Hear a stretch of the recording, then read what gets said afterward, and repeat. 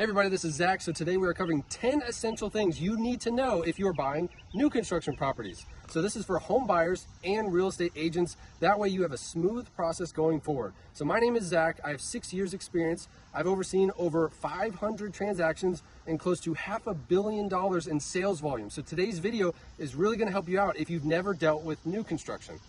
Number one, research the builder. So check for online reviews, ask around for their reputation, check that they're even licensed and have a permit to build this property. I've seen a builder that is building homes and does not even have a license to do so. So make sure you research the builder. Number two is the model home, and it's just that, the model or the best looking. So oftentimes these include most of the upgrades that you're going to have to pay extra for. So it's really important to know as a consumer exactly what you're buying. So get a spec sheet or pay for the upgrades that you see that you want to include. And if you're a real estate agent, make sure that you're the first to connect with the person that's running the model home, or go with your client to the model home. So that way you don't get cut out of the deal. Number three is 97% of my viewers, just like you, are not subscribed to my channel. Ain't that?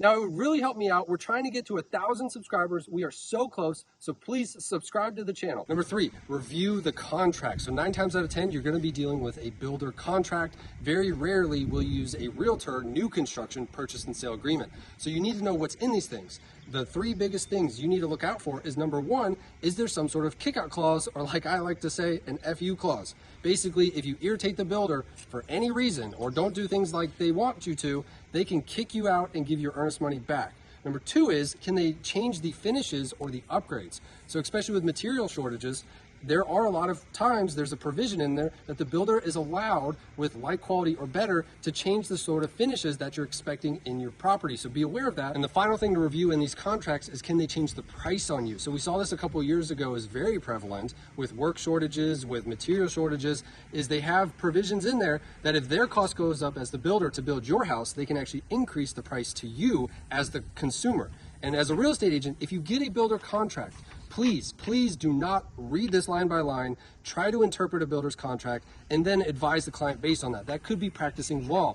The best take of what I like to phrase this to a consumer is, hey, this is a builder's contract. Who does this favor? The builder. So please review this and sign if it's acceptable to you. That way you don't get caught staying out of your lane as a real estate agent. If everybody has concerns, the best thing is always to consult with an attorney to review these contracts. 4 is negotiating upgrades and extras. So for example, granite counters might come standard in the kitchen, but you have to pay extra for them to be in the bathrooms, or even hardware on your cabinet doors, or a premium toilet. So there's all sorts of things that you can negotiate as an upgrade, or you can have the builder pay some of your closing costs. So there's more than just a down payment. So negotiate seller concessions or even interest rate buy downs. That way the home is a lower payment every single month. So after upgrades, seller concessions, and interest rate buy downs, the other thing that you could try to negotiate is the price. However, that is going to be the hardest thing to negotiate with a new construction property. And here's why. Think about it. If you offer $10,000 less on the purchase price and the builder has 20 more lots, that's a $200,000 decision because you just affected all the appraisals for the upcoming properties. Number 5, understand your timeline. So all builders put some sort of estimated closing date.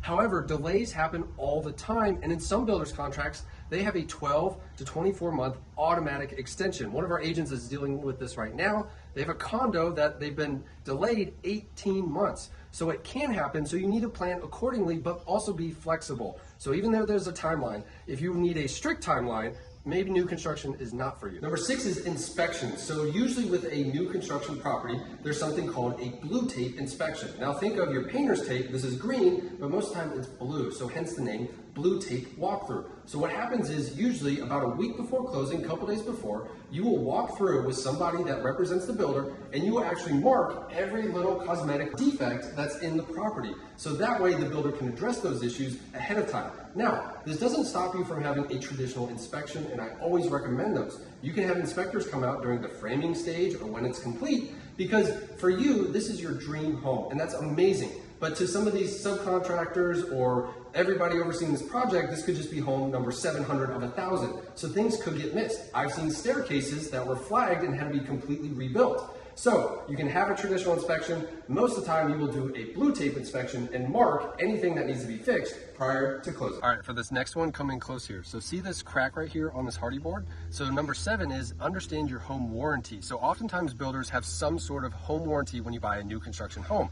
That could be in the form of a 125 or a 1210. Now what that means is usually for the first year, they will cover almost anything cosmetic. So like your flooring, your paint, things that go wrong with those items.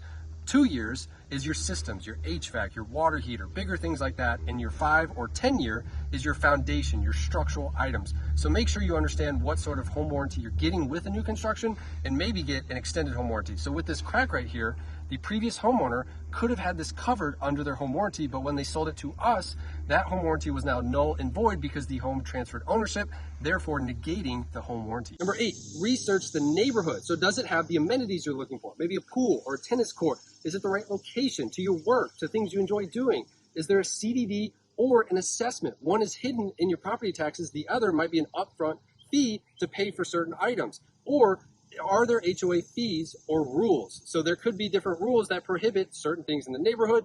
We had somebody in our neighborhood that moved in with a car wash trailer, continuously got fined for that trailer and had to sell and move. So know the rules and know to research your neighborhood. Number 9, how long are you going to live at this future property? Now, if there's only a couple lots left and you buy in there, your property could appreciate at a faster rate versus if there's hundreds of lots left, you might be stuck or living there a long time, or you're going to have to sell at a loss because you're competing with all the new homes being built. So just consider your timeline when you go to buy a new construction property. Number 10, get a second opinion. So oftentimes you will see in this current market, a lot of builders doing a lot of incentives, such as this one, $99 closing costs. Now, Old South, not saying anything bad about them at all. A lot of builders are doing these type of incentives, but just get a second opinion. You never know, the in-house lender, the in-house title company, you might be able to get a better rate or better deal using somebody outside of the community because sometimes those costs are baked in. So just get a second opinion. Using these 10 tips should help make the new construction process more comfortable for you as a consumer and a real estate agent.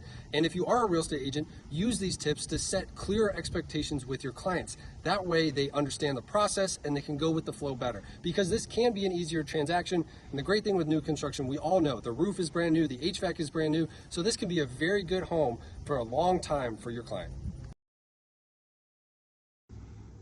All right, ready? All right. I got this. Ready? Mm-hmm. It's going. Oh, might be happening again. Am I still shiny? Yeah. Okay. I hope I get some likes for this because I'm sweating like a dog. So this applies to, yeah.